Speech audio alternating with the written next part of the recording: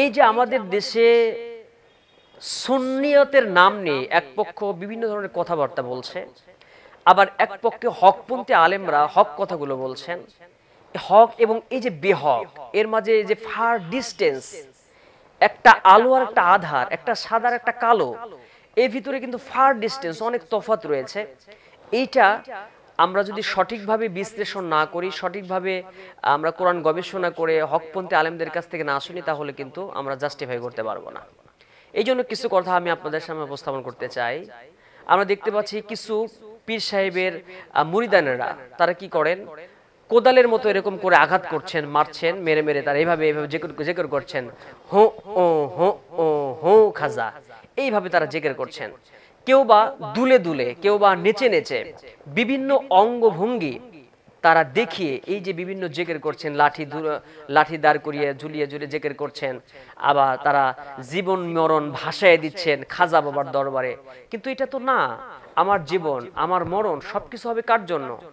আমার জীবন আমার মরণ আমার কুরবানি, ইন্না সলাতি ওয়া নুসুকি ওয়া মাহইয়াই ওয়া মামাতি লিল্লাহি রাব্বিল আলামিন। আমার জীবন আমার মৃত্যু আমার কুরবানি সব তো আল্লাহর জন্য দিতে হবে, আমি তো খাজার পায়ে শোভা দিতে পারি না। আসসালামু আলাইকুম ওয়া রাহমাতুল্লাহি ওয়া বারাকাতুহু। সম্মানিত সুধী, আমরা বাংলাদেশে লক্ষ্য করছি, বাংলাদেশে ইসলাম ধ্বংসের জন্য যারা মরিয়া হয়ে উঠেছে, যে সমস্ত নাস্তিকরা ইসলামের ক্ষতি করার জন্য সবসময় তারা প্রক্রিয়া চালায়, সবসময় তারা কার্যক্রম চালিয়ে যায়, বিভিন্ন টেলিভিশনে টক শোতে, বিভিন্ন কনফারেন্সে, বিভিন্ন বক্তব্যের মাধ্যমে এবং নেপথ্যে কার্যক্রম চালিয়ে বিভিন্ন ব্লগ ইউজ করে বিভিন্ন ব্লগাররা সহ যারা ইসলাম ধ্বংসের জন্য নিবেদিত প্রাণ হয়ে খাটে, কিভাবে ইসলাম ধ্বংস করা যায় মরিয়া হয়ে শ্রম দেয়, এদের দ্বারা ইসলামের যতটা না ক্ষতি হয়েছে, কিন্তু এদের চাইতেও বেশি ক্ষতি কিন্তু আমরা আলেম ওলামা, আমাদের মতো লেবাসধারী কিছু আলেম, বিকৃত হয়ে যাওয়া আলেম, যে সমস্ত আলেমগুলো টাকার কারণে নিজেদের ঈমান, নিজেদের চরিত্র, নিজেদের সকল কিছু বিসর্জন দিয়ে দেয় সামান্য কিছু দুনিয়াতে সুবিধা পাওয়ার জন্য, এই ধরনের আলেমের কারণেই কিন্তু আজকে বাংলাদেশের জমিনে ইসলাম সবচেয়ে বেশি লাঞ্ছিত হচ্ছে। ইসলাম আজকে ধ্বংসের দিকে চলে যাচ্ছে, প্রশ্নবিদ্ধ হচ্ছে এবং ভেদাভেদের সৃষ্টি হচ্ছে। আপনারা দেখবেন বাংলাদেশে পীরকে নিয়ে, পীরতন্ত্র, এই পীর নিয়ে খুব বেশি মাতামাতি শুরু হয়ে গেছে। সুন্নিরা বলছে আমরাই পৃথিবীতে শ্রেষ্ঠ জাতি, আমরাই সুন্নি, আমরা রাসূলকে বেশি মহব্বত করি, আমরাই ভালো। আর বাকি যারা আছে ওয়াহাবি, এই নিয়ে এই যে একটা ফাটল, কয়েকদিন আগে আপনারা দেখতে পেলেন আমাদের হৃদয়ের অন্তকুঠিরে যাকে আমরা স্থান দিয়েছি আল্লামা আহমদ শফি রহিমাহুল্লাহ, তিনি দুনিয়া থেকে বিদায় হয়েছেন। আমরা তার জন্য দোয়া করি আল্লাহ সুবহানাহু ওয়া তাআলা তিনাকে জান্নাতুল ফিরদাউসের সুউচ্চ মাকাম দান করুন, আল্লাহুম্মা আমিন। তিনাকে নিয়ে যে কটূক্তি করলো জৈনক ব্যক্তি, আমি নামটা বলতে চাই না, আপনারা জানেন, সম্ভবত তিনি কোনো একটা পীর সাহেবের সেখানে কোন একটা দায়িত্ব পালন করেন। পুলিশ তাকে গ্রেফতার করলো কুরুচিপূর্ণ মন্তব্য দেওয়ার কারণে, স্ট্যাটাস দেওয়ার কারণে। তারপরে সুন্নি মহল যেভাবে মাঠে নেমে যে ধরনের কার্যক্রম চালালো, আপনারা দেখেছেন ইউটিউবে বিভিন্ন কথাগুলো তারা বলে বেড়াচ্ছে। এই যে আমাদের দেশে সুন্নিয়তের নাম নিয়ে এক পক্ষ বিভিন্ন ধরনের কথাবার্তা বলছে, আবার এক পক্ষে হকপন্থী আলেমরা হক কথাগুলো বলছেন। হক এবং এই যে বেহক এর মাঝে যে ফার ডিস্টেন্স, একটা আলো আর একটা আধার, একটা সাদা আর একটা কালো, এর ভিতরে কিন্তু ফার ডিস্টেন্স, অনেক তফাৎ রয়েছে। এইটা আমরা যদি সঠিকভাবে বিশ্লেষণ না করি, সঠিকভাবে আমরা কোরআন গবেষণা করে হকপন্থী আলেমদের কাছ থেকে না শুনি, তাহলে কিন্তু আমরা জাস্টিফাই করতে পারবো না। এই জন্য কিছু কথা আমি আপনাদের সামনে উপস্থাপন করতে চাই। আমরা দেখতে পাচ্ছি কিছু পীর সাহেবের মুরিদানেরা তারা কি করেন, কোদালের মতো এরকম করে আঘাত করছেন, মারছেন, মেরে মেরে তারা এইভাবে এইভাবে জেকের করছেন, হো ও হো ও হো খাজা, এইভাবে তারা জেকের করছেন। কেউ বা দুলে দুলে, কেউ বা নেচে নেচে বিভিন্ন অঙ্গভঙ্গি তারা দেখিয়ে এই যে বিভিন্ন জিকির করছেন, লাঠি দাঁড় করিয়ে ঝুলিয়ে ঝুলিয়ে জিকির করছেন, আবার তারা জীবন মরণ ভাসায় দিচ্ছেন খাজা বাবার দরবারে। কিন্তু এটা তো না, আমার জীবন আমার মরণ সবকিছু হবে কার জন্য? আমার জীবন আমার মরণ আমার কুরবানি, ইন্না সলাতি ওয়া নুসুকি ওয়া মাহইয়াই ওয়া মামাতি লিল্লাহি রাব্বিল আলামিন। আমার জীবন আমার মৃত্যু আমার কুরবানি সব তো আল্লাহর জন্য দিতে হবে, আমি তো খাজার পায়ে শোভা দিতে পারি না। এটা এক ধরনের শিরক। এই শিরক থেকে কিন্তু কোনো মানুষ মুক্ত না হলে, তার শিরক অবস্থায় মৃত্যুবরণ করলে তার জন্য জাহান্নাম হয়ে যাবে। এই শিরকি কার্যক্রম চলছে। সুন্নিয়ত মানে কি পীর সাহেবের পায়ে সিজদা দেওয়া? সুন্নিয়ত মানে কি এইটা যে পীরের মাজার শরীফ বিশাল বড় মাজার বানায় সেই জায়গায় লাল শালু কাপড় দিয়ে মাজার ঢেকে দিয়ে উপরে মশারি টানায় দিয়া সেখানে আগরবাতি লাগানো? সুন্নিয়ত মানে রাসূল সাল্লাল্লাহু আলাইহি ওয়াসাল্লামের ভালোবাসা, রাসূল সাল্লাল্লাহু আলাইহি ওয়াসাল্লামের আদর্শ এমন ছিল, সাহাবায়ে কেরামের আদর্শ এমন ছিল, মাজার বানিয়ে সেখানে গিয়ে তারা আগরবাতি লাগাবে, মোমবাতি লাগাবে, জিকির আজগার করবে। রাসূল করিম সাল্লাল্লাহু আলাইহি ওয়াসাল্লামের একজন সাহাবী এর উপরে, সাহাবীর এই কবরের উপরে কি কোনো মাজার হয়েছে? সেখানে কি কেউ মোমবাতি লাগিয়েছে? তাবেঈন যারা ছিলেন খোলাফায়ে রাশিদিন, তারা তাদের আমলেতে এই ধরনের কোনো কাজ হয় নাই। তাহলে এই যে নতুন এক ধরনের একটা চিন্তা চেতনা নিয়ে নতুন কিছু যারা আবিষ্কার করলো, নিঃসন্দেহে তারা সুন্নিয়তের নাম নেয়, কিন্তু এরা সুন্নিয়তের কিছুই করে না। এরা হচ্ছে বিদআতি এক শ্রেণীর আলেম। তাদের পোশাক পরিচ্ছদ দেখবেন অন্য রকমের, বিভিন্ন স্টাইলে, তারা পাগড়ি দিয়ে, তারা ইসলামিক লেবাস দিয়ে, তারা বিভিন্ন সুন্নাতি মডেলের চুল কেটে এমন ভাবে তারা নিজেকে উপস্থাপন করছেন, মনে হচ্ছে জান্নাত থেকে পালায় আসছে বিশাল আল্লাহর ওলি। কিন্তু এ যে কত বড় ওলি, এ যে কি, এর কার্যক্রম দেখলে আমরা বুঝতে পারি। এই জন্য আজকে যারা জিকিরের নামে এই জন্য ভণ্ডামি করছে, সেই ভণ্ডদের মুখোশ উন্মোচন করার জন্য আমি আজকের এই স্টুডিওতে উপস্থিত হয়েছি কিন্তু কথা বলার জন্য। রাসূল করিম সাল্লাল্লাহু আলাইহি ওয়াসাল্লাম বলেছেন যে 4টি বাক্য আল্লাহর কাছে কিন্তু সবচেয়ে বেশি প্রিয়। এক নাম্বার হচ্ছে সুবহানাল্লাহ, আলহামদুলিল্লাহ, লা ইলাহা ইল্লাল্লাহ, আল্লাহু আকবার। এই 4টি বাক্য কিন্তু আল্লাহর কাছে সবচেয়ে বেশি প্রিয়। আপনি জিকির করবেন চুপি চুপি সরে, আপনি গভীর রাত্রিতে অথবা ফজর, জোহর, আসর, মাগরিব নামাজের পরে আপনি চুপি সরে এভাবে জিকির করতে পারেন, 3 তাসবিহ পড়তে পারেন, এভাবে আপনি চুপি সরে জিকির করবেন। কিন্তু আপনি এমন ভাবে জিকির করছেন যে হো আল্লাহর নাম নাই, এভাবে জিকিরটা এটা কোথা থেকে আবিষ্কার হলো, কে আবিষ্কার করলো? এরপরে দেখেন, শুধু জিকির কি আল্লাহর নাম নেওয়া? না, জিকির শুধু আল্লাহু আকবার সুবহানাল্লাহ এটাই না। আফদলুজ যিকরি তিলাওয়াতুল কোরআন, কোরআনুল কারীম তেলাওয়াত করা, এটাও কিন্তু একটা উত্তম জিকির। আফদলুজ যিকর লা ইলাহা ইল্লাল্লাহ, লা ইলাহা ইল্লাল্লাহ বলে জিকির করা, এটাও কিন্তু একটা উত্তম জিকির। কিন্তু অনেকে ইল্লাল্লাহ ইল্লাল্লাহ জিকির করছে, আল্লাহ ছাড়া আল্লাহ ছাড়া। এটাও একটা দ্বন্দ্বপূর্ণ কথা, এটাও একটা প্রশ্নবিদ্ধ জিকির।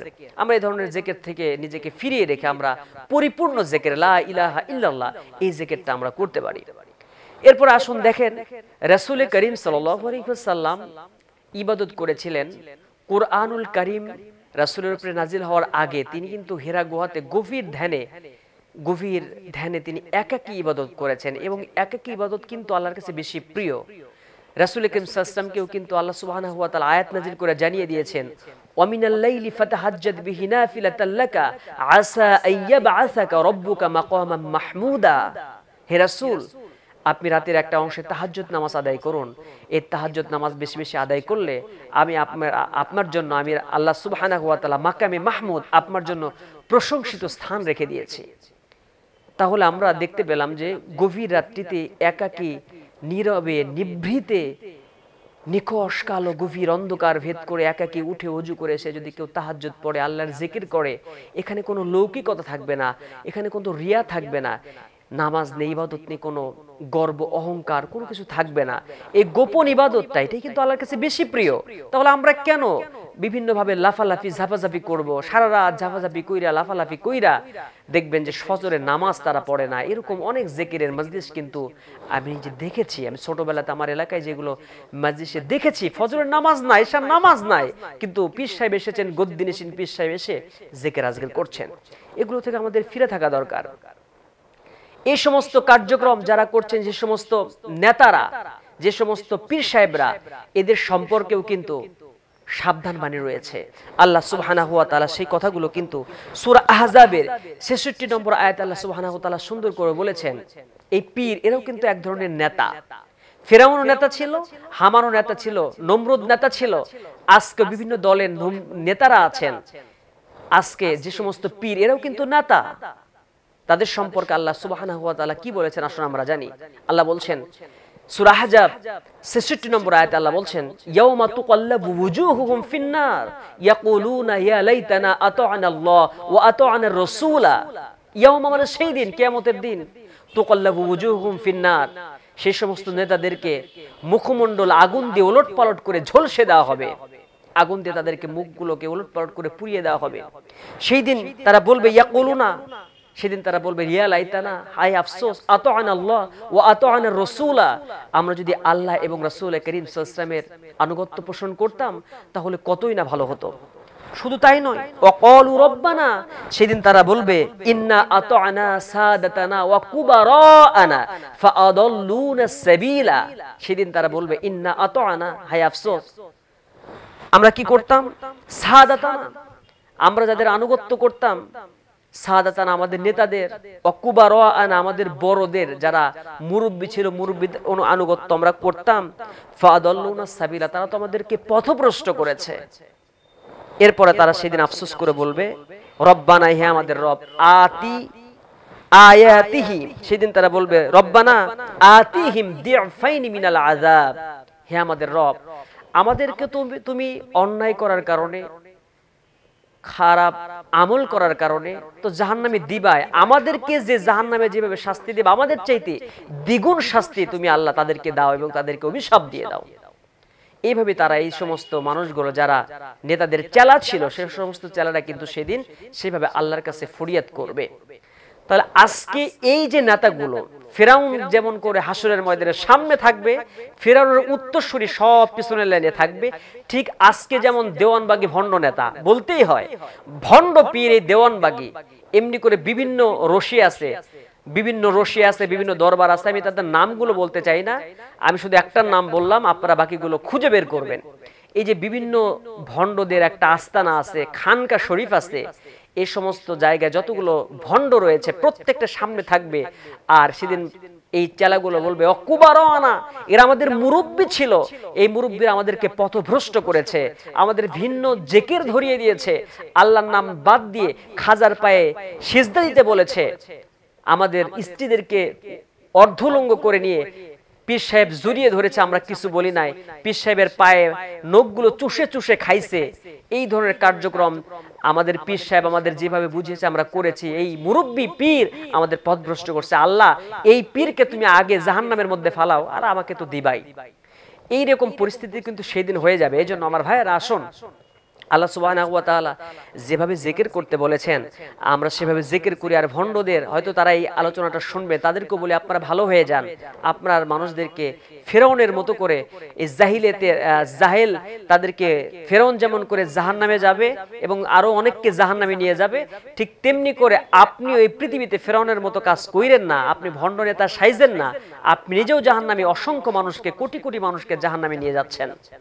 আল্লাহ সুবহানাহু ওয়া তাআলা কিভাবে জিকির করতে বলেছেন, ইয়া আইয়ুহাল্লাযীনা আমানু যিকুরুল্লাহা যিকরান কাসীরান ওয়া সাব্বিহুহু বুকরাতান ওয়া আসীলা। আল্লাহ সুবহানাহু ওয়া তাআলা বলেছেন যে, ইয়া আইয়ুহাল্লাযীনা আমানু, হে ঈমানদাররা, আমানু যিকুরুল্লাহা যিকরান কাসীরান, বেশি বেশি আল্লাহ সুবহানাহু ওয়া তাআলার নাম স্মরণ করো, বেশি বেশি আল্লাহকে জপো, আল্লাহর নাম বেশি বেশি স্মরণ করো, ওয়াসাব্বিহুহু বুকরাতান ওয়া আসীলা, এবং আল্লাহ সুবহানাহু ওয়া তাআলার নাম তোমরা সকালে এবং সন্ধ্যায় আল্লাহর পবিত্র নামগুলো তোমরা স্মরণ করো। এই যে আমরা আল্লাহর পবিত্র নামগুলো স্মরণ করছি, সকাল সন্ধ্যায় আমরা স্মরণ করব, সেটা গভীর সুন্দর করে একাকেই আমরা ইবাদত করব, এটাই সুন্দর হয়ে যাবে, এটাই ভালো হবে। রাসূল করিম সাল্লাল্লাহু আলাইহি ওয়াসাল্লামের কাছে একজন সাহাবী আসলেন। একজন সাহাবী এসে বলছেন, রাসূল করিম সাল্লাল্লাহু আলাইহি ওয়াসাল্লামের কাছে একজন অনারব ব্যক্তি আসলেন। অনারব ব্যক্তি এসে রাসূলকে বলছিলেন, ইয়া রাসূলুল্লাহি সাল্লাল্লাহু আলাইহি ওয়াসাল্লাম, আপনি আমাকে একটু কিছু ভালো ভালো আমলের কথা বলুন, সে ভালো ভালো আমলগুলো আমি করব। রাসূল সাল্লাল্লাহু আলাইহি ওয়াসাল্লাম বললেন, আপনি বলবেন সুবহানাল্লাহ, আলহামদুলিল্লাহ, লা ইলাহা ইল্লাল্লাহ, আল্লাহু আকবার। এই আমলগুলো আপনি করেন। লোকটি চলে গেলেন। আবার কিছুক্ষণ পর ফিরে আসলেন। ফিরে আসাতে রাসূল মুস্কি মুস্কি হাসছেন। ব্যক্তিটি আবার প্রশ্ন করছেন, ইয়া রাসূলুল্লাহ সাল্লাল্লাহু আলাইহি সাল্লাম, আমি তো চলে গিয়েছিলাম, আমি আবার আসলাম এই কারণে যে আমি তো আল্লাহর নাম জপবো, আল্লাহর নাম স্মরণ করব, আল্লাহর নামে জিকির করব, এটা তো আল্লাহর জন্য করব, এটা তো আল্লাহর লাভ, এতে আমার লাভটা কি? আমি আমার জন্য কি করলাম, আমার কি লাভ? আল্লাহর নামটা স্মরণ করে আমার লাভটা কি? রাসূল বললেন, আপনি যখন আল্লাহু আকবার, সুবহানাল্লাহ, আলহামদুলিল্লাহ, লা ইলাহা ইল্লাল্লাহ এগুলো জিকির করবেন, এই জিকির করার পরে আপনি আল্লাহ সুবহানাহু ওয়া তাআলার কাছে যা চাইবেন, আল্লাহ সুবহানাহু ওয়া তাআলা আপনার এই প্রার্থনাটা সুন্দরভাবে কবুল করে নেবেন। সুবহানাল্লাহ, সুবহানাল্লাহ, আলহামদুলিল্লাহ। আমার ভাইয়েরা, তাহলে এই যে জিকিরগুলো আছে, উত্তম জিকির, যেভাবে আল্লাহ তাআলা আমাদের জিকির করতে বলেছেন, রাসূল সাল্লাল্লাহু আলাইহি ওয়াসাল্লাম যেভাবে শিখিয়েছেন, আসুন না আমরা সেভাবে জিকির করি। আর এইভাবে নাচানাচি গেয়ে আমরা এই বিভিন্ন দরবারের যে ভণ্ড দরবারগুলো আছে, এই ধরনের জিকির, বাঁশ বয়ে উপরে ওঠা, পাগলের মতো আচরণ করা, পীর সাহেবকে বলে যে পীর, আল্লাহ তো আরশে নাই, আল্লাহ তো এখানে বসে আছে, মাইকে আলোচনা করছে, পীর সাহেবের সেই মাইকটাকে ফালায় দিয়ে পীরের উপরে ঝাঁপায়া পড়া, পীরকে গিয়ে চুম্বন করা, পীরকে জড়িয়ে ধরে একেবারে পীরের উপরে উঠা, কি একটা এলোমেলো অবস্থা। এই ধরনের কার্যক্রম যারা করছেন, এই যে পীরদের দরবারে গিয়ে ভণ্ড কার্যক্রমগুলো হচ্ছে, আসুন আল্লাহ আমাদেরকে সঠিক বুঝ দান করুন, আল্লাহ সঠিকভাবে সঠিক আমল করার তৌফিক দান করুন। ওয়া আখির দাওয়ানা আলহামদুলিল্লাহি রাব্বিল আলামিন। আসসালামু আলাইকুম ওয়া রাহমাতুল্লাহ।